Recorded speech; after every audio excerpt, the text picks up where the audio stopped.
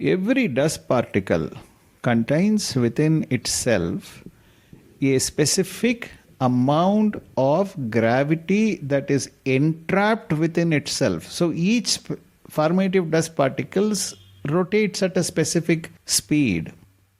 According to the speed, certain amount of this divine fluid is functioning as its spreading wave, so called the repulsive force. It is also acting within the formative dust as the compressive force.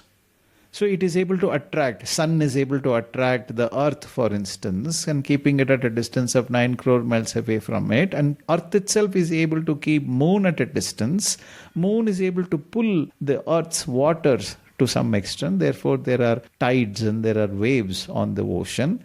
All of these are happening according to the amount and the quality and the quantity, the nature of the gravity that is entrapped within the conglomeration group of formative dust particles present within that particular mass.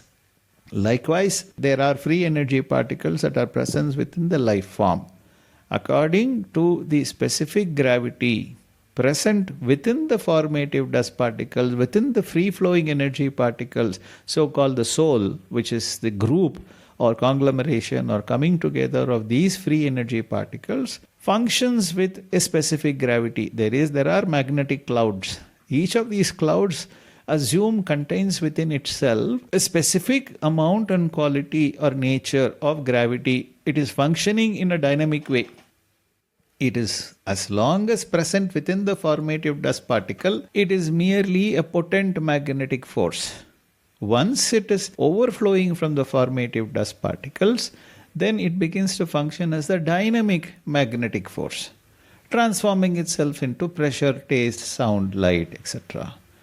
So some people, for instance, feel the life force in a much more stronger way when the Kundalini is awakened, because the specific gravity of the nature or the quality of the formative dust particles functioning within their soul, functioning within their Kundalini body or the astral body, are functioning at an intense level.